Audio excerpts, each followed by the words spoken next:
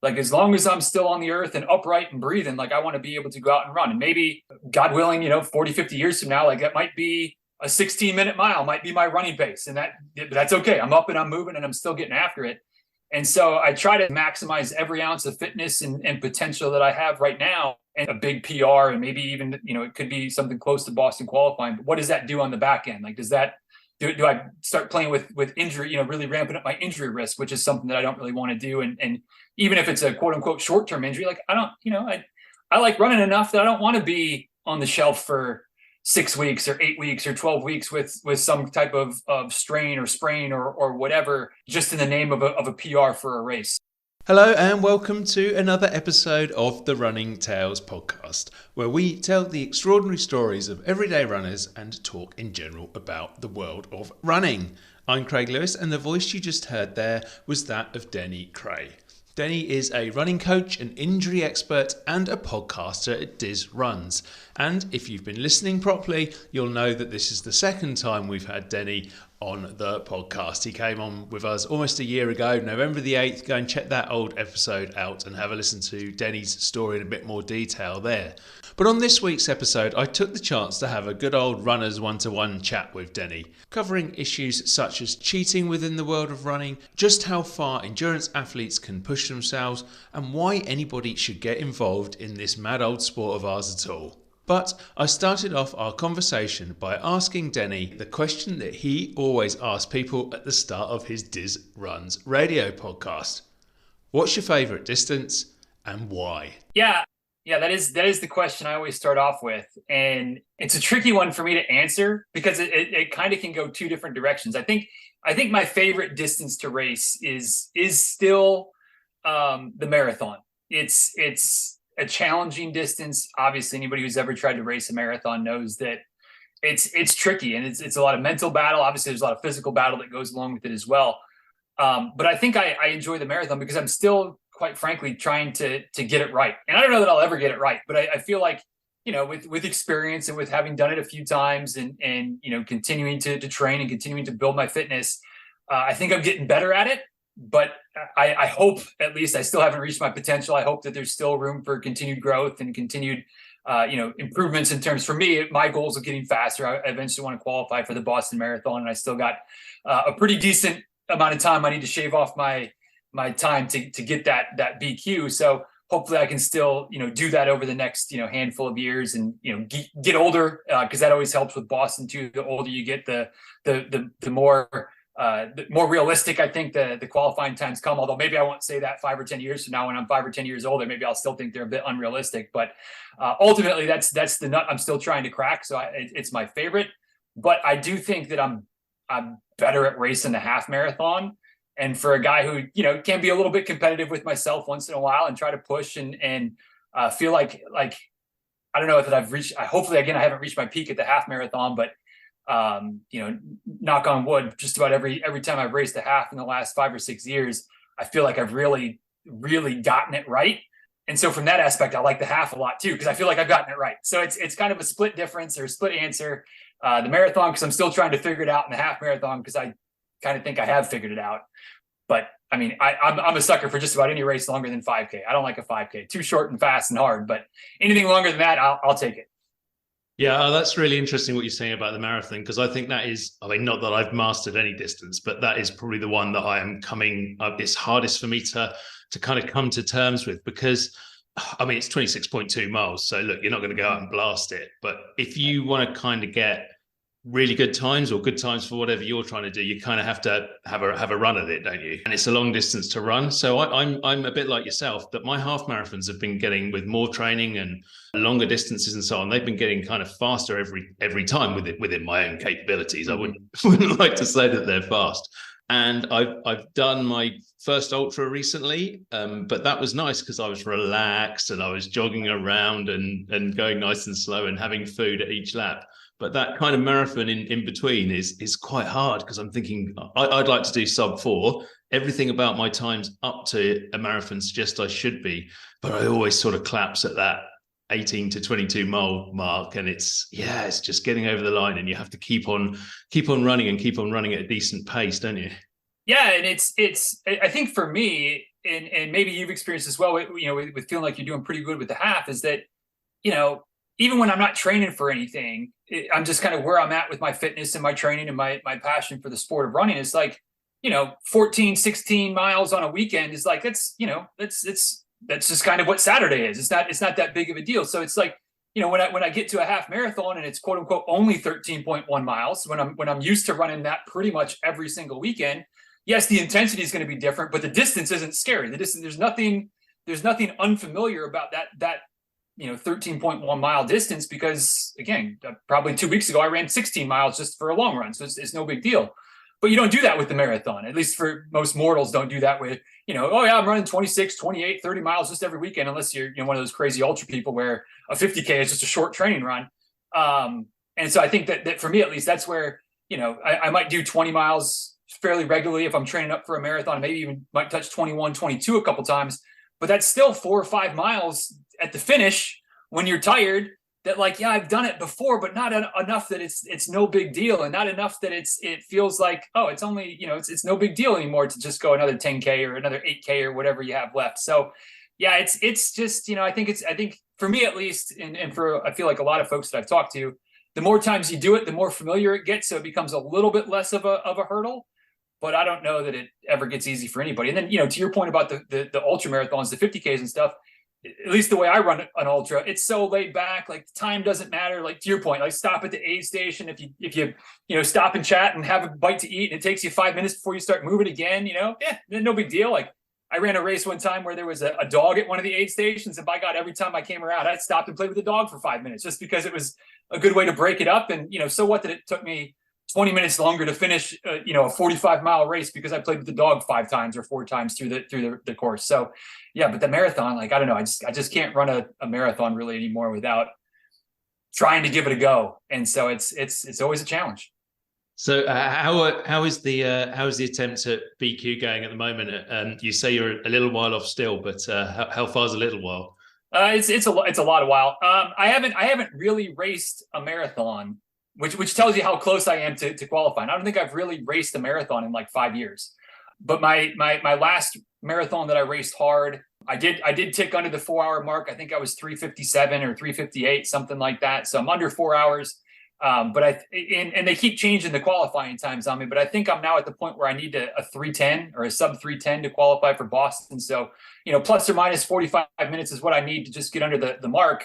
And then, if you know enough about the Boston Marathon, 9 times out of 10, just getting under the qualifying time isn't enough. Then you still need to shave another 3 or 4 minutes under that time. So I got a long ways to go, and kind of joking, but kind of realistically, it's like if I, kind of eyeballing about 50, 55, which is another 10, 15 years down the road, where it's like, if I can get 20 minutes faster and 15 years older, that's where the lines start to look like maybe they've got a chance to cross. But, I don't want to sell myself short and say I couldn't run a 3:15 or a 3:20, something like that in the next 5 years.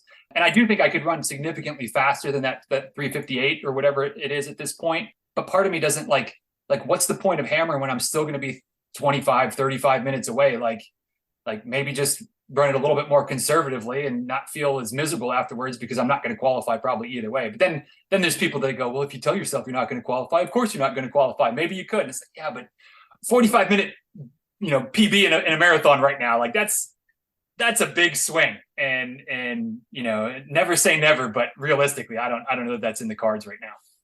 Yeah, and it's also, you've probably had it with all the guests you've had on your podcast.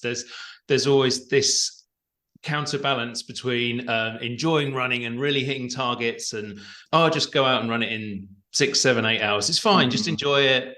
The kind of ultra mentality to a degree, and that's fantastic. And then there's also people who say, I want to do my 3 hour or marathon, or I'm aiming to do 140 miles and pushing it to this greater and greater extent. And I can kind of see both sides of the debate, and I think they can exist at the same time as well. But it's, deciding what type of runner you want to be is always an interesting one. Yeah, for sure. And for me, the ultimate guiding principle is, and it's, forgive me if this sounds slightly morbid, but like, I want to keep running until they put me in the ground, like as long as I'm still on the earth and upright and breathing, like I want to be able to go out and run. And maybe, God willing, 40, 50 years from now, like that might be a 16-minute mile might be my running pace. And that's okay. I'm up and I'm moving and I'm still getting after it. And so I try to maximize every ounce of fitness and potential that I have right now, and a big PR, and maybe even, it could be something close to Boston qualifying. But what does that do on the back end? Like, does that do I start playing with injury, really ramping up my injury risk, which is something that I don't really want to do. And even if it's a quote unquote short-term injury, like I don't, I like running enough that I don't want to be on the shelf for 6 weeks or 8 weeks or 12 weeks with some type of strain or sprain or whatever, just in the name of a PR for a race. So there's a lot of conflicting emotions when it comes to really racing hard, especially for those longer distances, because it's just, the longer you're at that red line, the more stress goes onto the system. And if there's any weak links or any areas where there's that concern, the longer you're hammering, the more likely something's gonna go sideways. And I just, I guess I'd rather be slightly slower than I could be on race day, but finish healthy, than really take that risk and sell all out and potentially, hit the home run, but also potentially be on the injured list for a while. And how is I think your other big goal is to run in every state. How's that going? Yeah. Not much has changed on that front. Like I said, I haven't really raced a marathon in 5 or 6 years, and I don't think I've really run even a marathon. It's been a little bit more recent, but I haven't really run a marathon, I don't think, since just before the pandemic kind of shut everything down in 2020. I've done a couple of ultras since then, but they were both in Florida, where I was living at the time, and I'd already run several marathons in the state of Florida. So that's potentially going to be changing in the new year. My wife and I were talking not too long ago, and she's kind of like, hey, let's plan something. Let's plan a little family trip, or even if it's just, something where my daughter stays home, we get the in-laws or one of the grandparents to come and stay with my daughter and babysit, and we can take a little getaway. But like, maybe let's go run a race somewhere. So potentially in 2024, that might be changing. Might try to knock a few states off, maybe even, and don't hold me to this. I hate to say it, because people start holding you to things. You start putting things out there, but maybe doing one of those back-to-back 2-state type of things, which they have over here in the States sometimes, where, Saturday is a marathon in one state, and then you got 2-hour drive to cross state lines, and then you got another race on Sunday. So maybe try to knock out a couple of states on one little weekend getaway, and maybe do that once or twice next year. So hopefully, if we do this again, a year or so from now, maybe I'll have an update. If I'm doing 2 races, probably won't have a PR update, but might have at least a state update where I can say I've crossed a couple more states off the list.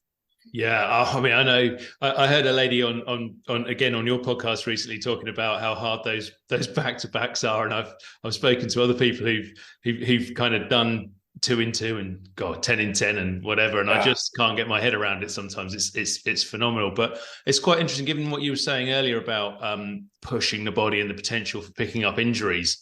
I'm interested in some of those challenges for more normal runners, and also what you think about some of the stuff that just these elite runners in the ultra world are doing now. I mean, we saw Harvey Lewis at Big's Backyard doing 450 miles in 4.5 days. He has to be awake through the whole of that. It's just unbelievable. And I mean, I heard some people sort of suggesting, hey, this is superb, but also probably potentially quite dangerous. And I didn't know if you had any thoughts on that whole thing, really. Yeah, I mean, it's one of those things where I do see both sides of the coin, I think, where it's incredible what some people can do. And I mean, if I'm honest, I would say that probably, I mean, maybe not, 400 and some odd miles over the course of 4.5 days with basically hardly no sleep. But I think a lot of us, and I'll certainly raise my hand as being the one that, maybe not everybody else, but I think there's a lot more I could do if I had the willingness to push myself to that level of extreme, and that level of, just keep going, and had the mental toughness and the mental fortitude to not stop. Because I mean, I don't know. I haven't talked to Harvey. I don't know him, other than from social media and seeing some of the stuff that he's done before that race, and obviously kind of following along a little bit with just the craziness that was the backyard. But like, I mean, he's clearly just a really strong, dedicated runner with all kinds of mental toughness and fortitude. But I'm sure it wasn't easy. I'm sure it was hard. I'm sure there were times that he kind of thought, at some point, 3.5 days in, like, you know what, maybe forget this. Like, maybe it's time to just shut it down. But then still having that toughness, the mental toughness to say, nope, we're just going to start and we're going to keep going, going to keep answering the bell. And again, I think that myself and maybe some others that are listening, or maybe most others, maybe you couldn't get to that extreme, but could go a lot farther than we think we could, or have ever gone before. But then, again, at the flip side, almost like with the marathon conversation we just had, and you led into the question, like, what's the trade-off? What's the payoff? And what does that mean? Maybe not long-term health-wise, but like, what does that mean in terms of what your life looks like for the next week and a half while you're recovering? Like are you in a position with your profession where you can take 2 weeks off for a 4-day race because you're going to need 6 days to sleep to recover and be able to move and whatnot? And what's your family situation? Are you willing to sacrifice whatever, missing things with kids or missing things with your spouse or whatever? And again, maybe it's short enough term for 4 days that and it falls at the right time when it's nobody's birthday and those types of things. But it's just the trade-offs, and are you willing to go to that extreme and have the potential of some type of injury or some type of situation that bubbles up because you keep pushing yourself and there's health concerns. And I'm in awe. It's amazing what some of these folks can do, but I'm perfectly content to not be one of those folks, even if potentially I could, or wherever I could ultimately end up being. I'm okay being the guy that runs 40 odd miles a week and keeps it nice and slow and touch wood, stays healthy most of the time, and has these goals that are long term. And if I'm not making much progress over a 2-year window, that's okay. We'll get there. We're hopefully stay healthy and stay in the game long enough that we can get there, even if it's not as quick as some other folks might. Yeah, and I think it's interesting how, it's fantastic the way these people push themselves, and the way more inverted commas ordinary runners, who I would still say are extraordinary, are doing 100-mile races or whatever, or indeed anybody who's doing their first marathon, their first half marathon, et cetera, et cetera. But it is also interesting, I think, how we have this thing where running is competitive. People are trying to push themselves further. And perhaps the downside of that we see is, like, I keep seeing all these stories, crazy stories about people cheating. We had over in the UK 2 people swapping bibs so they could come through in first, and the poor guy who was the actual winner came in third. And there was this, I don't know if you saw this, there was this marathon in Mexico City where they reckoned 11,000 of the competitors cheated. Why does that happen in running? I don't know. Yeah, the Mexico City one makes me laugh because like if clearly it was pretty well known that you could, there was this, I don't even know the details, but you could jump on the bus or you could jump on the subway or whatever it was that, like, you could cut the course here. But like I can almost see, I can't see, but I could almost understand somebody's logic of like, hey, I could cut the course and that could allow me to win and maybe get a payday. Maybe there's some type of financial incentive for it. But if it's something that's so obvious and so unpoliced or unwatched that 11,000 people can do, well, you're not going to win, right? Like only one of those 11,000 can possibly win the race. And these days with cell phones and with just the different ways that people are able to kind of go, well, you didn't get stopped, you didn't get your photograph taken by these three photographers that are on course, and everybody else did. Like, maybe you could have missed one, but how do you miss 3? Like there's just so many ways to get caught. And ultimately, like, I don't understand why. Like, part of my goal of qualifying for the Boston Marathon is that I did it. And, if I paid somebody to go run a race for me, like, well, then, yeah, okay, maybe I could go run the Boston Marathon. But like, the goal for me almost isn't running the Boston Marathon, it's the actual qualification. Like, I do want to run the race itself, but like I want to feel like I got to a pretty high level of fitness relative to my age, whenever that ultimately happens. Ultimately, like, what I guess to each their own. And if that is the ends that justifies your means, it's cheating, but like I just don't understand. I can't circle the square of the logic that it takes to willingly, knowingly try to cheat in some of these races, especially when you're not racing for the win. Because if at that point, what's it? So you finished 4,062nd in the race instead of 4,073rd. Like, who cares? Like, I just can't understand. That's exactly what I was going to say, Denny, because it's like, I can't understand it, but I can sort of understand why, if you're Lance Armstrong and you want to be the best cyclist who's ever existed, that you might take drugs. Or if you're a sprinter in the 100 meters, you might be tempted to have nandrolone, because that's the difference between 4th place and winning silver or gold. Mm-hmm. But when you're Joe Bloggs jogging around the marathon in either I don't know, 4 hours 30 or 4 hours, what is the point? What do you think you're doing? Yeah, I just don't, like, it just doesn't compute as to why I don't know. I bet, but then it comes down to ego, right? Because then you can say you ran your 4-hour marathon, but you didn't. But you can say you did, and there's a result that says you did, even though you know you didn't. So I don't know. It's just maybe there's an ethic that some have that some don't. Maybe it's human condition, or I don't know what it is. But yeah, I can't understand why that's the case that people do that. Yeah, because I mean, you've run your own races, but you're also a coach, and you know what it's like to train people up to get their goals, and you know what it's like when you see the sort of joy on their face when they reach their goals, and that is kind of one of the reasons why we do this running thing in the first place, isn't it? Oh, absolutely. It's so many people that I've talked to, so many people that I've worked with, where it's some form or another of they were a competitive athlete, competitive, loosely competitive, maybe only in high school or whatever, but they played some type of sport. They played football or basketball or soccer or whatever it is. I guess football would be football for you and your audience, but one way or the other, they played some level of sport in at an earlier stage in their life. And you start to get into your late 20s and your 30s. You're out of university. You're in a job. Maybe you've got family situations going on. Like, it becomes a lot harder to round up 20 odd friends to go out to the pitch and kick the ball around for a couple hours and feel like you've got an 11-on-11 situation going on. With running, you can go out by yourself and run and compete against yourself, or you can just have one or two friends and you run together, and there can be a little bit of competition there. So yeah, that competitive side of it, and again, not competing to win, but competing against yourself, pushing yourself to a new level or to new goals or things like that. That's huge for me. It's huge for a lot of the folks that I work with. It's huge for a lot of the friends I've made in the various running communities over the years. And again, going back to why would when you're not the one achieving, then like so the time says you did, but you didn't. So like I just can't even with what is the point? But yeah, that competitiveness of setting a goal and working hard and achieving it. I mean, it's huge, and it's something that I know drives a lot of runners, myself definitely included. Yeah, and of course, the other thing, which I think these people who cheat probably miss completely, is the joy of just going out for a run on your own, or of going out for a run with friends who probably run all sorts of different paces, but for that one day, we'll go at the pace of the slowest person, mm-hmm. and you grab a coffee or whatever, or something that will put on more calories than you've just burnt, and that's the greatest thing ever. Well, yeah, I mean, there's no doubt that running is a social connection for a lot of folks as well, and I kind of joke, but I'm also kind of serious that like I am a massive introvert, which you might not get from the fact that I've talked to so many people on the podcast over the years and whatnot. But like, that's different. I'm talking to you right now. I'm talking to you one-on-one. I can handle one-on-one. And we're talking about running like that. I can talk about that all day.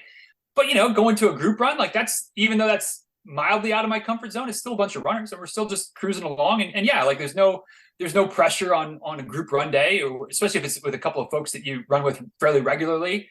You kind of just settle in, and you're talking about, running stuff and races, and you talk about kids, and you talk about work, and it's just that connection to other folks that, especially again, for an introvert like myself, I work from home. I'm self-employed. Like I do this for a living, but getting out and running with somebody once in a while, which I try to do, once a week or so. I've got started a little group run in our neighborhood here.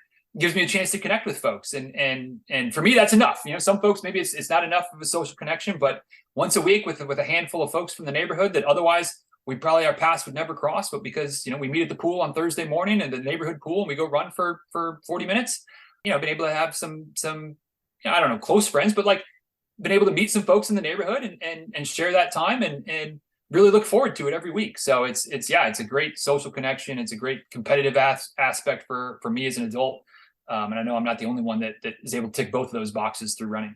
I can absolutely 100% relate to what you're saying there, because exactly the same here, really. I'm not the sort of person who'll walk into the pub or the disco and be talking to everybody in 5 minutes. And people are like, Craig, you've worked in the media your whole life. How on earth can you be that person? I'm like, well, it's different when you're doing it professionally, and it's different when you're talking art one-to-one. So something like a group run is great, because you can have those one-to-one conversations. It's nice and quiet and peaceful, and you can just sort of chat away and really enjoy it and get to know somebody.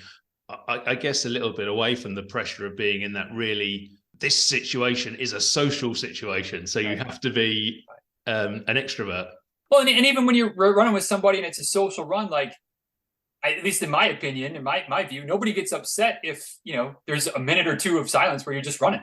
Like, versus, but yeah, if you're in that social, it's a networking event and you just sit there and not talk to somebody for a couple minutes, and that's super awkward. But we're just running and we're just, we churn through, 400 meters or 800 meters, and then, oh yeah, and then the conversation picks up something in the the sites of the neighborhood, or the woods that you're on, or whatever. There's something that spurs another question, and then you're off to the next phase of the conversation. No harm, no foul, to fill every space of silence with some type of something. You can just run, and that's okay. So we mentioned what you do behind the microphone with the podcast and so on. I think there's a few changes in the offing on Diz Runs Radio at the moment. Yeah, it's times they are changing. I say we, like it's mostly just me, but I've been doing the show since 2014. And it's evolved a little bit over time. We started with 2 episodes a week that were both interviews, and then we added a 3rd episode that was quick tip, where I just kind of doing some type of coaching, one-off topic each week, and then cut it down to 1 interview and the quick tip. And now after 9 years and 4 months or something like that, and 1,200 episodes, I've decided to not go away from interviews completely, but to stop doing a 1 interview per week plus the quick tip per week. Basically just to open up more time to do some other things, some other things that I've been trying to do or halfway trying to do, but I was always committed to doing that interview and that Friday episode, that solo episode each week. I just never got into a good groove of trying to write another book and maybe dabbling some more on YouTube and creating good videos instead of just kind of talking head videos. I've done some of those, and it's kind of like, I don't know. I guess those are okay, but it's just not what I'm kind of having my mind's eye of what I want to do with YouTube. So backing off of trying to loosely go 1 interview per month still, because I still enjoy doing it. I still enjoy talking to folks, but trying to take the pressure off of feeling like I have to have 1 out every single week, and just kind of seeing what happens. Because ultimately, like that's kind of what I think helped me make the decision, is that, if 3 months from now, 6 months from now, some of these other things aren't happening like I want them to, I can always go back. I can undo the decision and go back to doing an episode, an interview per week, or I can go every other week instead of once a month or whatever. But at least try it and see what happens. And so far, this is like week 1 of not having an interview out. As near as I can tell, nobody's got their pitchforks out. Nobody's marching and picketing and complaining too much. So we'll see. But yeah, it's a little scary to make a big change, but at the same time, I hope that there's enough. I know that there's enough things that I want to do that I haven't had time for. So hopefully I can fill that time productively and just try some other things. Like I said, YouTube, book writing, and kind of see where that goes. Oh, I'll throw in the first official complaint, Denny, because I'm gonna miss your interviews. I love them, but actually, I'm mixed feelings on it, because it does actually give me a chance to catch up with about 8 years of previous interviews. Yeah, see, that'll make it easier for you to catch up, as you won't be falling behind as much every week that you skip the current interview to catch up a former one. So there you go. It's looking for the bright side of the situation. Yeah, 100%. And actually, I really love the hints and tips as well, because I think that's really useful. And obviously, one of the things you have as a coach is the ability to really be able to get that stuff across in the way that somebody with that kind of professional more expert knowledge does. And I think those hints and tips are fantastic. Okay, that's the hope. We'll see how it all shakes out, but like I said, I'm still going to keep doing the Friday episode every week, so it's not like I'm disappearing completely. And then, every once in a while, it'll be hopefully a pleasant surprise when there's a Monday episode and I'm interviewing somebody, and you can, be a fly on the wall for a running conversation once in a while too. So Denny, just to finish off, one final question. I just wondered if you I probably asked you this last time, but it's worth asking again, what you'd kind of say to anybody who is out there and thinking, oh, I've heard of this running. I've seen runners wander along and they're always talking about it. They never shut up talking about running. Maybe I should give this thing a go. I think the biggest thing is to not compare yourself with other folks. And I think that even applies to those of us that have been running for a year or 5 years or 10 years or whatever. It's, if you're looking for somebody who's faster than you or who runs farther than you or whatever more is compared to where you are or where your goals are, you'll find them. You'll find dozens of people. You'll find thousands of people that are somehow more, better, whatever you want to call it. But, almost like, why would you cheat to run a race when, why why let somebody else, like it just sucks the joy out of it, I think is what I'm trying to say. Is if you're always saying, oh, well, so-and-so is faster than me and so-and-so runs farther than me and so-and-so does this and does that and does the other thing.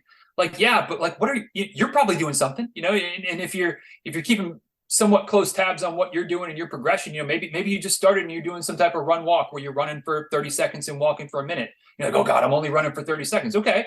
But you stick with that for 2 weeks or 3 weeks, and pretty soon you're running for a minute and walking for a minute, and then you're running for 2 minutes and walking. Like you're able to see some progress. And sure, it might not measure up to Kipchoge or to any of the elites or anybody. It might not even be at the same level where I am today right now. But also, by the way, I've been running for 12 years. So like when I started, I was probably about where you are if you're just starting. So try not to play that comparison game. Whatever the quote is, comparison is the thief of joy, and I'm not sure exactly who that quote is accurately attributed to, and if all the internet says that it's so and so, if that's actually true or not. But I think that the meaning of it is there. If you're always comparing, it's easy to feel like you're less than or you're not enough. And it's a little bit cliche in sometimes the running communities, but like you're faster than all the people that aren't running. But like whether you're fast or slow or whatever, like you're doing something that other people aren't. And it's something that there's a lot of people that wish that they could, or wish they were healthy enough to be able to, or wish that they felt they were healthy enough to do it. So just shine that light on yourself, or shine your focus on yourself, and control what you can control. I can control that I get out there and did a quarter mile today. I ran for 8 minutes, whatever it is, however low it might be that you feel like you're starting, it's still a start. And then you just build on it. I say like you just build on it and it builds over time, and it does, but like, it's consistency. It's keep showing up and not worrying too much about what everybody else is doing, but just doing what works for you, what you need to do. And you might be surprised to hear that it won't take long before people are thinking that they wish that they could do what you're doing. You might not ever know that, but I guarantee you there's people out there. There's, your partner, your parents, your kids, whatever. Somebody is being like, wow, like, my dad, my mom, whatever is out there doing this thing. Like, that's pretty cool. And again, you might not ever know that, but I've heard those from other people where it's like, I can't believe so-and-so is doing this. And it's like, yeah, people are saying that about you too. So just keep it simple, but enjoy it, have fun, and try not to compare too much about what other people are doing. I think that's so true. I was out for a run with a friend of mine a couple of months ago now, and we spent half of it talking about what other people were doing and how amazing they were, and probably talking about some of the guests I've had on the podcast. Mm-hmm. And it wasn't too much in a sort of jealous way, but it was also slightly doing ourselves down a little bit. And we got about halfway through our run, which was going to be about 12 miles. And we said, we're doing a 12-mile run today. I'm in my mid-40s. He's in his early 50s. And we were like, wow, actually, do you know what? That's pretty cool. We should maybe celebrate what we're doing as well. And I think that applies to everybody if they're doing 5K at park run or just a couple of miles and whatever they're doing, because getting out there and doing this and really enjoying it, yeah, it is spectacular and extraordinary, whoever you are, really.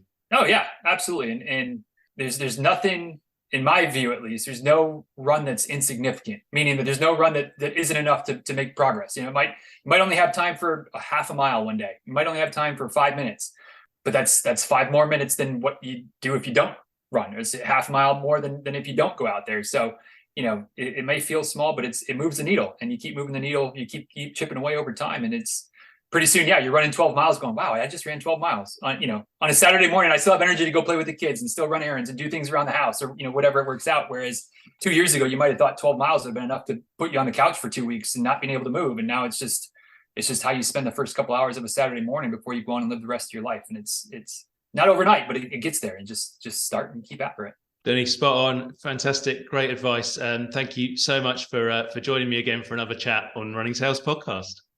Pleasure's mine, Craig. Thanks so much. Thanks again to Denny Krahe for joining me today on this week's Running Tales podcast. I hope you enjoyed the episode just as much as I did. If you want to check out our previous episode with Denny, then the link is in the show notes. Go and have a listen to it there. And if you enjoy listening to the Running Tales podcast, please give us a positive review or rating wherever you listen. It really does help other people to find the podcast.